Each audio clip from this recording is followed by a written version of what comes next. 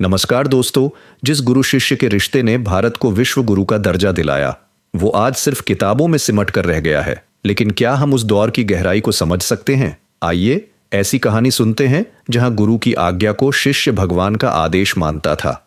भारत के प्राचीन समय में गुरु शिष्य का रिश्ता केवल शिक्षा देने और लेने तक सीमित नहीं था, बल्कि यह समर्पण, अनुशासन और आदर का प्रतीक था। गुरु की हर बात शिष्य के लिए जीवन का मार्गदर्शन होती थी। लेकिन आधुनिक दौर में जहां रिश्ते औपचारिक हो गए हैं, इस पवित्र बंधन का महत्व धीरे धीरे घटता जा रहा है। आज हम आपको एक ऐसी प्रेरक कहानी सुनाने जा रहे हैं जो आपको उस समय की गहराई और गुरु के प्रति शिष्य की अटूट समर्पण का एहसास कराएगी। यह कहानी एक ऐसी शिष्य की है जिसने अपने गुरु की आज्ञा को अपनी जान से भी बढ़कर माना। तो चलिए इस अद्भुत कहानी की ओर बढ़ते हैं।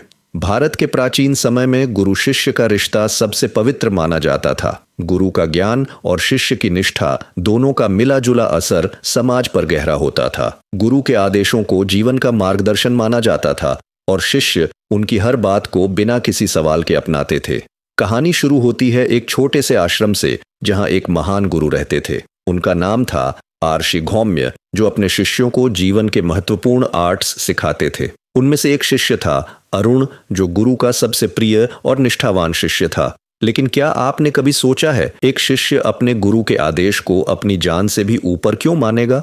क्या ऐसा संभव हो सकता है? वर्षा के दिनों में एक दिन गुरु ने अरुण को एक खास कार्य सौंपा। उन्होंने कहा, तुम खेतों में जाओ और देखो कहीं मेड़ टूट तो नहीं गया है। अगर टूट गया है तो उसे ठीक करो, ताकि पानी के बहाव से फसलें खराब ना हो। अरुण तुरंत अपने गुरु की आज्ञा को मानते हुए खेतों की ओर निकल पड़ा।